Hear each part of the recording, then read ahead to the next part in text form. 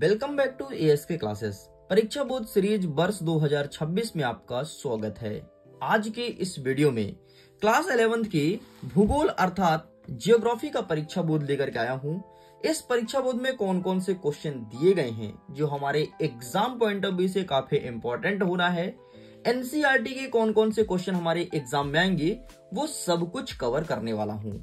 And एक बड़ा बदलाव करने जा रहा हूँ। बड़ा बदलाव ये है कि बहुत सारी चीजें तो अभी इसी क्लासेस में इस वीडियो को कंप्लीट देखते देखते आपको याद हो जाएगा, क्योंकि हमारा टारगेट ये है कि बहुत सारे क्वेश्चंस जो एग्जाम में हर बार पूछे जाते हैं और बच्चे बहुत ज्यादा कंफ्यूज करते हैं, उसको हम याद करेंगे।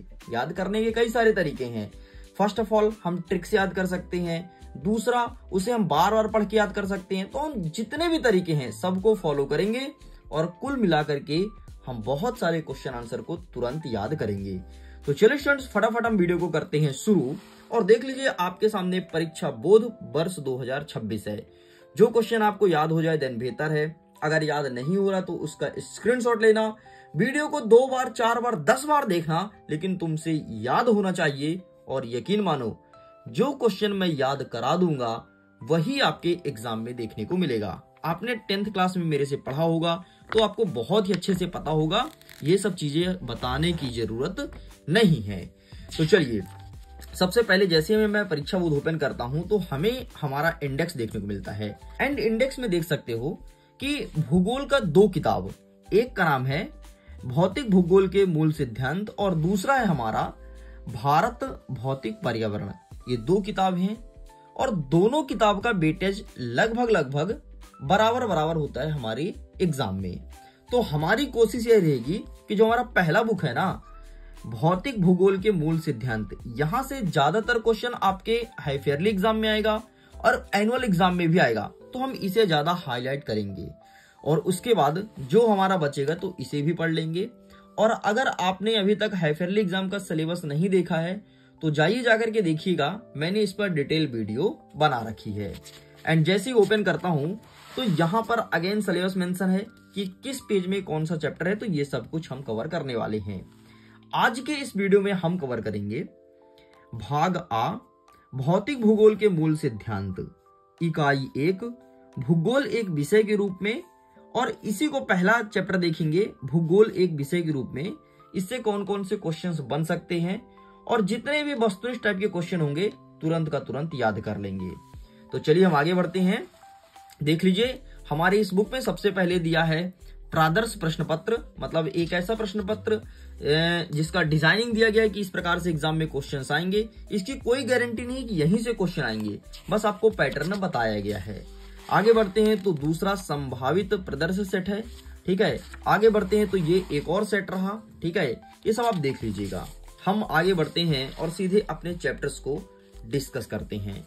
आपका नजर टोटल ऑन स्क्रीन होना चाहिए, इसलिए थोड़ी मैं इसे जूम करके रखता हूं। ओके, अब देखो यहां पर लिखा गया है कि भाग आ, भौतिक भूगोल के मूल सिद्धांत। यहां पर लिखा है इकाई 1, भूगोल एक विषय के रूप में। यहां पर भी हमारे चैप्टर का नाम मेंशन है।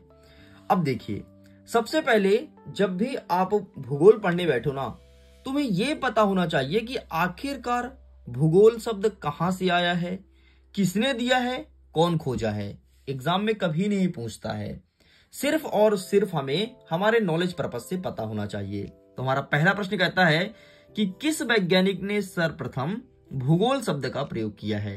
तो यहां पर नाम लिखा है हेरोडोटस, गैलीलियो, इरेटोस्थनीज या फिर अरस्तु। इसका सही आंसर देना है आपको इरेटोस्थनीज। इस वैज्ञानिक ने सबसे पहले भूगोल जो एक शब्द है उसका नाम दिया था या फिर नामकरण किया था, और सबसे पहले इन्होंने ही नाम दिया था। इसी के बाद आपके पूरे पुस्तक का नाम भूगोल हो गया है। अच्छा, आप हमें कमेंट करके ये बताइए कि जो जियोग्राफी शब्द है उसको सबसे पहले किसने दिया है। मुझे आपके कमेंट का इंतजार रहेगा। आगे बढ़ते हैं नेक्स्ट क्वेश्चन। अच्छा, कभी भी भूगोल पढ़ो ना तो भूगोल में हमें 3 चीज का मुख्यतः अध्ययन करना होता है। वो 3 चीज कौन कौन सी है? सबसे पहले भूगोल में हम पर्वत के बारे में पढ़ते हैं, ठीक है। पर्वत के बाद हम पठार के बारे में पढ़ते हैं और पठार के बाद मैदान के बारे में पढ़ते हैं और हम झील के बारे में अध्ययन करते हैं। तो ये मुख्यतः 4 चीजें हैं जो हमारे पूरे भूगोल किताब में लिखा है और हमें ये चीज पढ़ना होता है। लेकिन अगर मैं भूगोल के डेफिनेशन की बात करूं तो भूगोल का डेफिनेशन ये नहीं होगा कि हम पर्वत, पठार, मैदान, झील का अध्ययन करते हैं। नहीं, भूगोल के अंतर्गत पर्वत, पठार, मैदान, झील, सागर, महासागर, इसके बाद जो हमारा अंतरिक्ष है, इन सब का अध्ययन भूगोल कहलाता है। तो अगर परिभाषा पूछे तो हमें ये लिखना है। अगर आप इतना लिखोगे कि हम पर्वत, पठार, मैदान और झील का अध्ययन करते हैं तो आपका आंसर 100% गलत हो जाएगा। भूगोल में हम सभी चीजों का अध्ययन करते हैं। जो हमारे आसपास पेड़ पौधे हैं इनका भी अध्ययन करते हैं, जो जीव जंतु हैं इनका भी अध्ययन करते हैं। तो इन सारी चीजों का अध्ययन किया जाता है। ठीक, तो ये क्वेश्चन तुम्हें पता होना चाहिए, बहुत ही बेसिक क्वेश्चन है, इसलिए मैंने इसे डिस्कस किया है। आगे बढ़ते हैं, कुछ क्वेश्चन को और कवर करेंगे। जैसे देखो, यहाँ पर प्रश्न क्रमांक 8 लिखा है कि भूगोल की 2 प्रमुख शाखाएं कौन कौन सी शाखाएं। तो हमारी जो भूगोल किताब है उसकी 2 शाखाएं होती है। एक होता है मानव भूगोल, मतलब जिसे मनुष्य ने लिखा है, मनुष्य ने बनाया। दूसरा है प्राकृतिक भूगोल, मतलब जिसे प्रकृति ने बनाया है। तो ये 2 प्रकार की शाखाएं हैं हमारे भूगोल की। ठीक, बाकी यहाँ से आपको कुछ भी नहीं पढ़ना है। अगर तुम्हें पढ़ना है तो एक बार रीड कर लेना, बाकी काम का चीज यहाँ से नहीं है, क्योंकि हमारे एग्जाम में यहाँ से 2 नंबर का क्वेश्चन आएगा।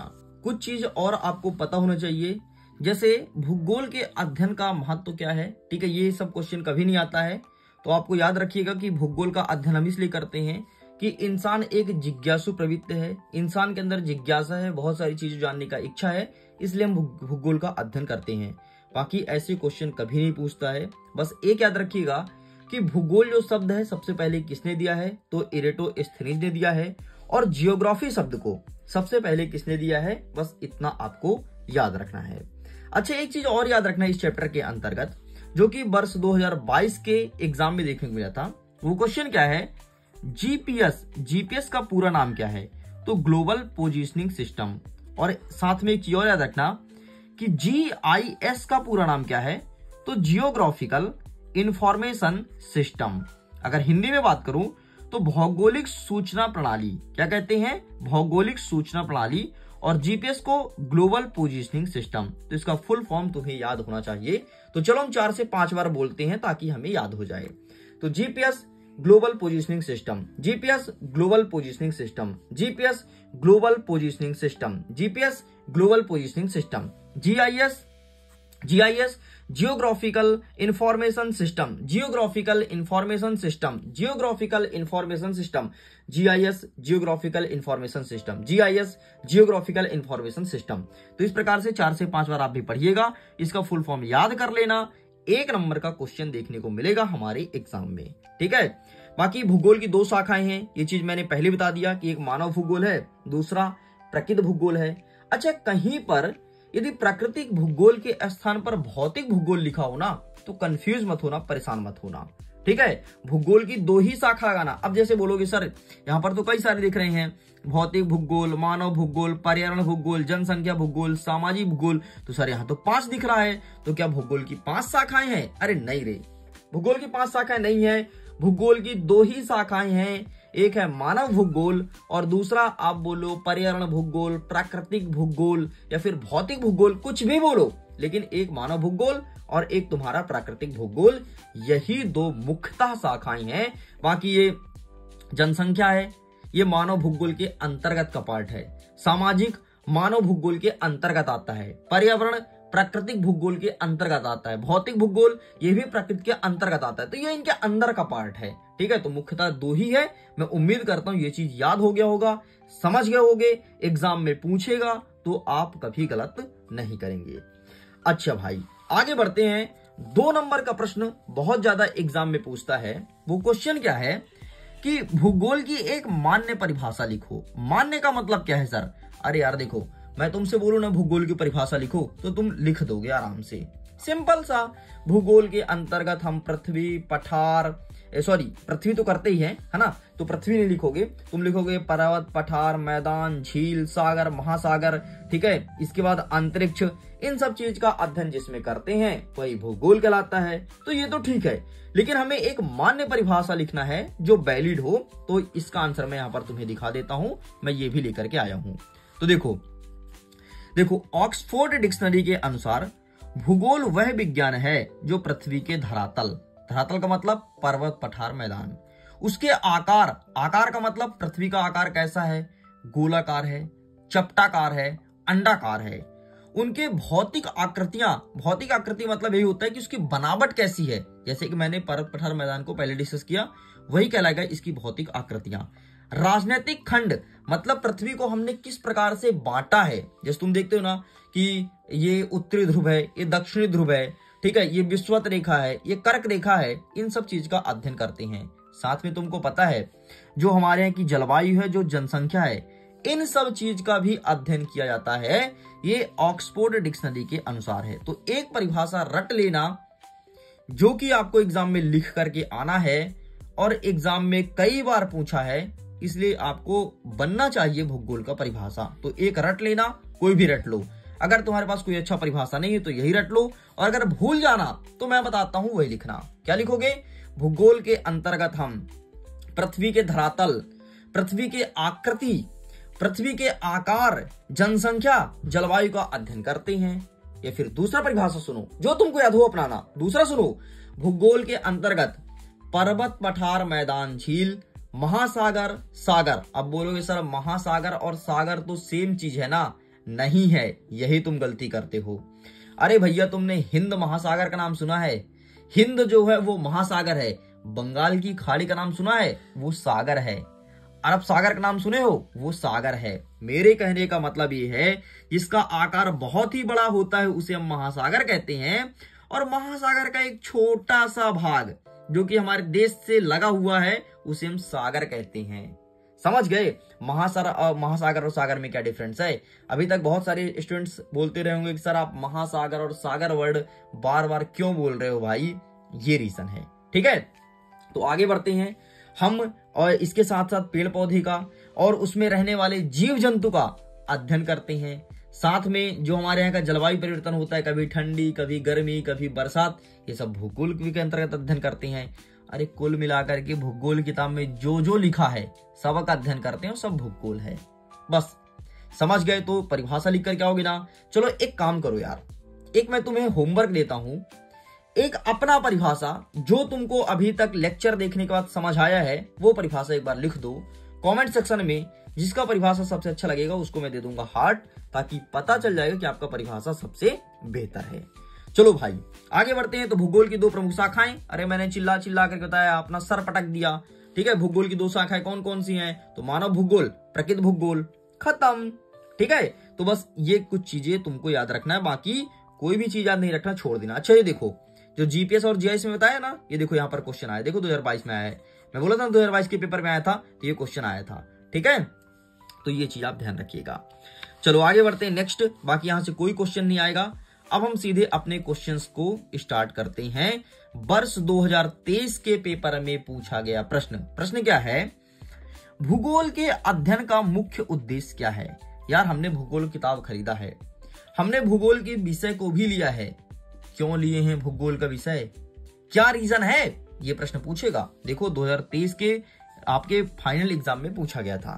तो इसका आंसर क्या लिखोगे कि सबसे पहले मानव के पृथ्वी संबंधी ज्ञान में वृद्धि करने के लिए, मतलब हमारे पृथ्वी में कहां पर गर्मी होता है, कहां पर ठंडी होता है, क्यों होता है, ये सब चीज को जानकारी प्राप्त करने के लिए हम भूगोल का अध्ययन करते हैं।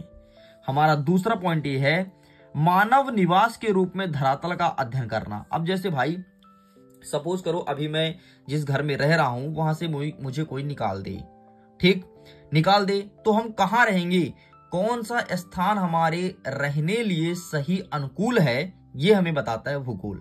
अब उदाहरण के तौर पर समझना, जैसे अब हमें घर से निकाल दिए हमारे घर वाले, तो हम पर्वत पठार में क्या रह सकते हैं? क्या वहां पर रहने से हमें ऑक्सीजन की कमी तो नहीं होगी? ये सब चीज का अध्ययन करते हैं भूगोल के अंतर्गत। तो अगर हमें पता रहेगा कि यार पर्वत पठार मैदान में हम रहेंगे, पर्वत में हम रहेंगे, तो वहां पर ऑक्सीजन लेवल कम होगा, हमारी दम घुटेगी, हमारी मृत्यु हो सकती है, खाना बनाने में दिक्कत होगी, तो हम पर्वत नहीं जाएंगे। और जब जानकारी नहीं रहेगी, हमें सब लोग भगाएंगे, तो हम सोचेंगे यार पर्वत में कोई नहीं है, चलो वहीं रहेंगे आराम से, है ना। तो ये सब चीजें के जानकारी के लिए हम भूगोल का अध्ययन करते हैं। देखो एक एक चीज को समझते जाना एग्जाम में समझ ही काम आता है, रटा रुटाया भूल जाता है। मैं कुछ चीज रटाऊंगा भी जो रटने लायक है, जैसे जीपीएस का full form global positioning system. GIS का full form geographical information in a system. तो ये चीज मैं रटाऊंगा, बाकी चीजें आपको समझा दूंगा। नेक्स्ट हमारा तीसरा पॉइंट कहता है कि प्राकृतिक प्रदेश और संसाधन का मानव भूगोल की दृष्टि से अध्ययन करना। प्राकृतिक प्रदेश का मतलब क्या होता है सर? प्राकृतिक प्रदेश का मतलब ये है कि प्रकृति द्वारा कहाँ की जलवायु अच्छी बताई गई है, उसके बारे में जानकारी प्राप्त करना। संसाधन का मतलब क्या है कि कहां पर है कोयला, कहां पर हीरा, कहां पर सोना है, इनके बारे में सब जानकारी प्राप्त करना भूगोल के माध्यम से ही पूरा हो सकता है। ठीक है, तो इस चीज को ध्यान रखिएगा। चलिए आगे बढ़ते हैं नेक्स्ट क्वेश्चन की तरफ। नेक्स्ट हमारा कहता है मानव भूगोल की प्रमुख शाखाएं। देख यार, मैंने बोला था ना कि भूगोल के 2 ही पार्ट हैं, बाकी तो इसकी शाखाएं हैं। तो पूछ लेना मानव भूगोल की 2 शाखाएं। अब हमें ये चीज याद नहीं करना है, अब तुम ये दिमाग लगाओ कि मनुष्य से संबंधित क्या क्या चीज है, ये दिमाग लगाओ पहले। जो मनुष्य से संबंधित चीज है वही मानव भूगोल की शाखाएं हैं। अब जरा समझना भाई साहब, जब इंसान की शादी होती है तो बच्चे पैदा होती हैं, जनसंख्या बढ़ती है तो जनसंख्या भूगोल, ले भाई खत्म।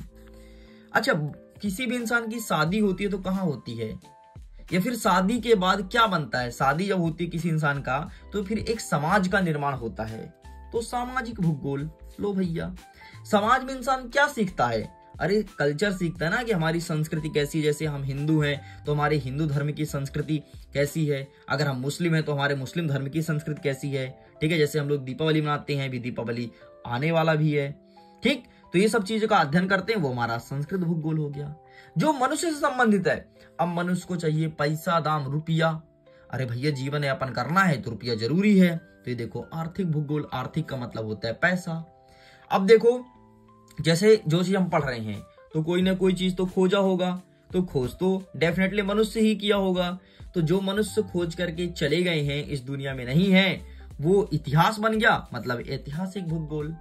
खत्म। इतना सरल था भाई, इतना सरल था। नेक्स्ट देखो, अब हम इंसान हैं तो हम थोड़ी बड़ा राजनीति तो खेलेंगे।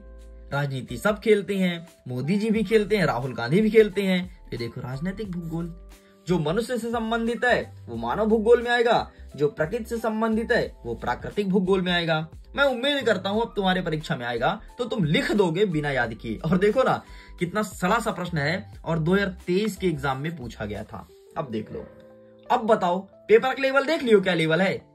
यही लेवल रहने वाला भाई। अगर तुम्हें कोई सही समझाने वाला मिल जाए, यकीन मानो पेपर को फाड़ फूड़ के उधर फेंकाओगे तुम। बोलोगे यार सड़ा सा प्रश्न पूछा है यार, क्या ये कोई प्रश्न है? चलो भाई आगे बढ़ते हैं।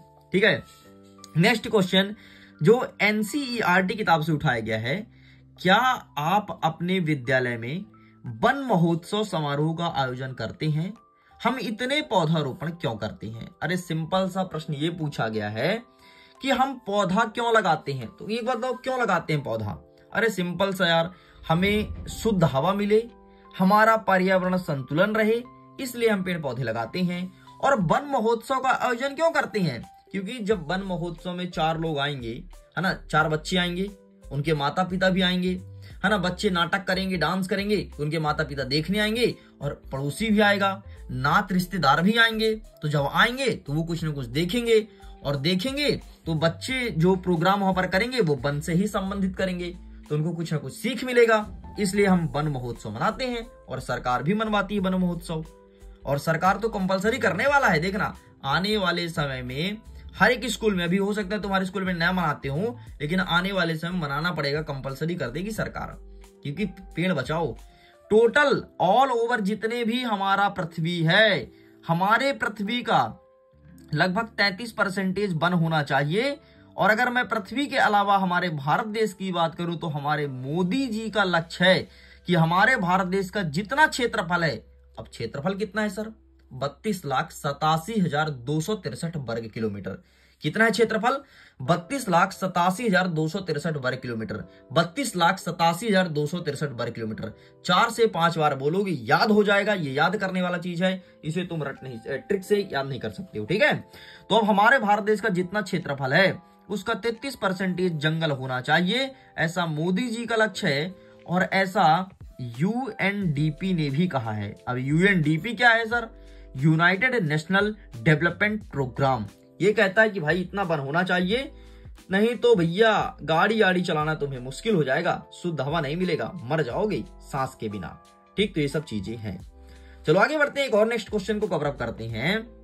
आपने हाथी, हिरण, केचुआ, वृक्ष एवं घास देखा है। देखे हो? अभी मत बोलना सर हाथी नहीं देखे हैं, है ना? देखे होगे, नहीं देखे हो तो मोबाइल में देख लो ना सर्च करके। वे कहाँ रहते हैं एवं बढ़ते हैं? उस मंडल को क्या नाम दिया गया है? क्या आप इस मंडल के कुछ लक्षण का वर्णन कर सकते हो?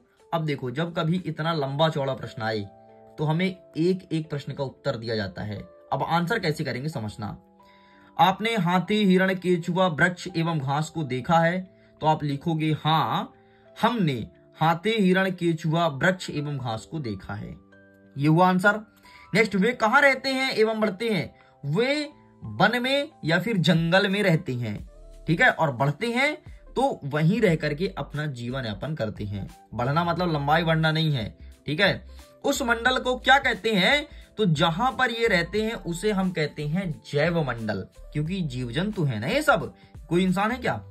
कोई इंसान का बच्चा है क्या? नहीं है, ये सब जीव जंतु हैं। और घास जीव जंतु ही खाता है। अब हम सब तो घास खाते नहीं है। ठीक है, तो इसे क्या कहते हैं? तो इसे जैव मंडल कहते हैं। आगे प्रश्न पूछा है, क्या आप इस मंडल के कुछ लक्षण का वर्णन कर सकते हैं? हाँ, यहाँ पर जो भी चीजें पाई जाती है तो कुछ जैविक घटक के अंतर्गत आती है और कुछ अजैविक घटक के अंतर्गत आती है, और इसका सामंजस्य ही यहाँ पर देखने को मिलता है। बस इतना तुम्हें लिखना है। सामंजस्य भाई, सामंजस्य है, बिल्कुल सामंजस्य है। कैसे है सर? समझना जरा। क्या होता ना, अगर हम सब रहते, ठीक है, हम सब इंसान रहते तो हम लोग सामंजस्य नहीं बनाते। जैसे सपोज करो कि यहाँ पर हमें खेती करनी है और यहाँ पर बीच खेत में कोई पेड़ है, हम पेड़ को ही खड़े काट पीट देते हैं।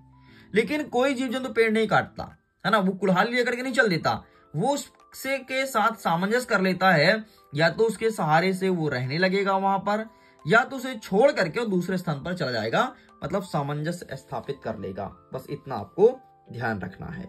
ठीक है, अच्छा एक चीज और याद रखना कि प्रकृति भूगोल के अंतर्गत कौन कौन सी चीज आती है, इस चीज को याद रखना।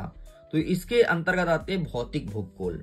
भौतिक मतलब जो हमारे पर्वत, पठार, मैदान की बनावट है, ये सब इसके अंतर्गत आती है, प्रकृति भूगोल के अंतर्गत। तो ये चीजें याद रखना, एग्जाम में देखने को मिलेगा वर्ष 2026 के पेपर में। चलो भाई आगे बढ़ते हैं। यहां से और कोई क्वेश्चन हो सकता है क्या हमारे एग्जाम पॉइंट ऑफ व्यू से इंपॉर्टेंट? तो हाँ, भौतिक भूगोल एवं मानव भूगोल में क्या अंतर है? तो भौतिक भूगोल के अंतर्गत, जरा ध्यान सुन लो, यहाँ क्या लिखा है हमें मतलब नहीं है। हमें मतलब है क्वेश्चन से, और मतलब है कि हमें सर ऐसा पढ़ा दो समझ में आ जाए बस। ठीक है, तो भौतिक भूगोल के अंतर्गत हम पर्यावरण संबंधी जानकारी प्राप्त करते हैं। मानव भूगोल के अंतर्गत हम मनुष्य से संबंधित जानकारी प्राप्त करते हैं।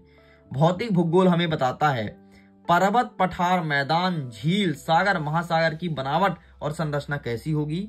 मानव भूगोल हमें सिखाता है कि जो एक मानव है किस प्रकार से सभ्य समाज में रहेगा और सभ्य समाज का दोहन करके और आगे बढ़ेगा। ये हमें मानव भूगोल सिखाता है। बाकी क्या लिखा है रामायण कथा तुम पढ़ लेना, मैंने तुम्हें समझा दिया। ओके स्टूडेंट्स, तो इस प्रकार से इस वीडियो में हमें इतना ही कवर करना था।